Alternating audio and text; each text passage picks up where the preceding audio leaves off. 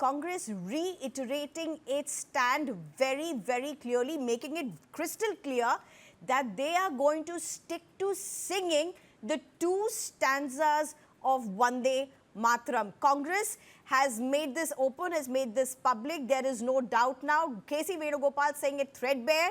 They are going to stick to two stanzas of Vande Mataram. And of course, this, which also means that he has said that in continuation with the 1937 resolution of Congress, the party will stick to that line. But obviously from 1937 to 2026, a lot has changed. The Vande Mataram as an entire rendition is now at the same honor as the national anthem, which also means it's constitutionally, legislatively, legally binding. But Congress, in defiance, saying that they will not follow that legal and constitutional mandate, they will stick to what was their resolution of 1937. I'm being joined by News9's managing editor, Karthikeya Sharma. Karthikeya, a big takeaway from CWC, Congress very defiant. It has a lot of meanings attached to it and multiple repercussions. The first thing is that Vande Mataram was the song of freedom. It was poetry for the repressed. Vande Mataram was the song of mobilization. Vande Mataram was not about Hindus and Muslims.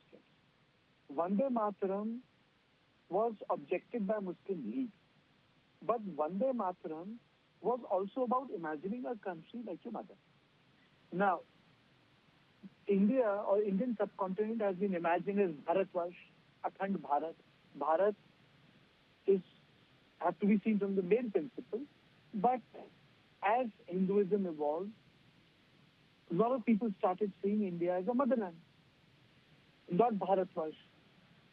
Now, those are contested part of post-colonial Hinduism and history. Well, how would you refer India to? But the issue is not here. The issue is Vande Mataram was part and parcel of the Congress culture. And in 1930s, when Muslim League was trying to wriggle out of any arrangement post-1935 with Congress, which was the principal party opposed to colonialism in India, so Congress tried to accommodate them. They tried to keep two standards, which now, so many decades later, is seen as a compromise. So it was a Congress song, so it became a two-stanza. But it was not because of the Muslim League that national anthem was different. It was because Jawaharlal Nehru felt that the national anthem should reflect a different meaning. National anthem has to be sung internationally. And see, Jawaharlal Nehru was an internationalist. So his whole idea was the national anthem should have some sort of should be easily sung by the military. Rendition of Vande Mataram is different from national anthem. National anthem can easily go with the modern, non-Indian, Western musical instruments. Vande Mataram, on the other hand, is far more emotive. You know, it creates a different depth. Vande Mataram, as I said, is more like poetry. And that is why I use the word the song of the freedom struggle. And that is why Vande Mataram is different. Now, what happens, which really creates big problem for the Congress party, is that Congress is saying that we are going to sing Vande Mataram, what we pass. In this context, Congress is saying that they owe Vande Mataram. Now, here is the problem. Please understand, Sneha. Vande Mataram is now beyond the Congress party. Vande Mataram is property of this country also. To put it factually, you know, Vande Mataram is not beholden to the Congress party anymore. Not beholden to the Congress party anymore. Vande Mataram belongs to the entire nation. Now, we have to see from the context of the politics. Now, what is the politics? That the BJP has been able to take away icons of the Congress party. Now, those icons are people. Sardar Patel, Purushottam Das Tandon. Those icons are now as defined as Hindu right. I don't see them as Hindu right. There's nothing called Hindu right. The conservatives in the Congress, Sardar Patel and other people, Morarji Desai, who felt that, there should be a progress, but the conservative view should be taken care of because that constitutes the center of the civilization effort. Now, even as you're talking about these icons, Kartikeya, there's also what Mr. Kharge spoke just few hours ago. It was just yesterday.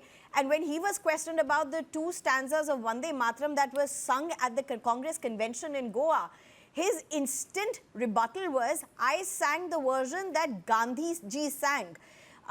He instantly went on to say, if I have done wrong, then file FIRs against Gandhi ji, Nehru ji and Patel.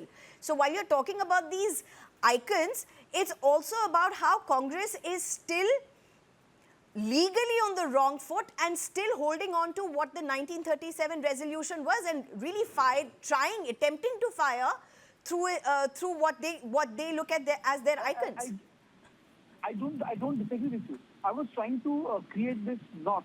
I was trying to create this knot. One, by doing this, Congress is losing the ownership of Vande Mataram. Congress was the original owner of Vande Mataram. Secondly, this is not about Congress party anymore. Vande Mataram has been passed by the Act of Parliament in terms of how it should be sung. So Vande Mataram, in its modern rendition, belongs to the people of the country. Which is the highest decision-making body in this country? Parliament. Now, if you do not respect what the Parliament of India has passed, then what do you respect? Then Congress will be responsible for legitimizing something which everyone has criticized. That, BJP should not be using the words like urban Naxal and Dimagi Naxal. Now, you legitimize them by your act of resistance, but the resistance is not required because Vande Mataram was your song. The issue is, in Muslim League had a problem with it. It was an objection of Muslim League. Why does the Congress of Modern India have a problem with that? I know, and then it's a tough song to sing. You look at the rendition of Vande Mataram, people will remember Jana Gan Man, half of the time they will not be able to sing Vande Mataram because it's a tough song. But that does not deprive it of any merit. And lastly, it's pure play political harakiri. Because Vande Mataram was a song of the nation. It was not song of the Congress party. One. And secondly, when Nehru thought of Jana Gan Man, if you look at Jana Gan Man is a beautiful song. But Jana Gan Man was also about how India would be presented as a song internationally. It's part and parcel of the records. These are part and parcel of the meetings. Historians have written about it. Great people have written articles about it. Where Nehru has been arguing that, we need to create a song where modern instruments can also be used. He was a modernist. And those sensibilities he reflected through music, he reflected through what he wore, what he ate, how he lived, the way Chandigarh was built, the way he said the dams are temples of modern India. That was Nehruvian. Now, when we say that now, so many years later, we will only sing 2 stanzas of Vande Mataram, Congress is displaying one very important problem when political parties fail to grasp the change. Yes, Congress party has full right to say they believe in constitutional patriotism because civilizational nationalism is problematic. But in this context, there is no Muslim League boss. There is no Muslim League here. And again, by doing this, Congress is getting into a trap where it will be framed from the context of, minoritism. And I think that's where the problem is. Which is the highest body for the Indians? It is the Parliament. Act of the Parliament needs to be respected. That's it. As a journalist, as a citizen of this country, इससे ज्यादा कोई important चीज नहीं. Parliament ने पास किया वो कानून है. जिसकी सरकार बनेगी वो दूसरा कानून बनाएगा. आपकी सरकार बने उस कानून को बदल दीजिए. But will you be able to do that?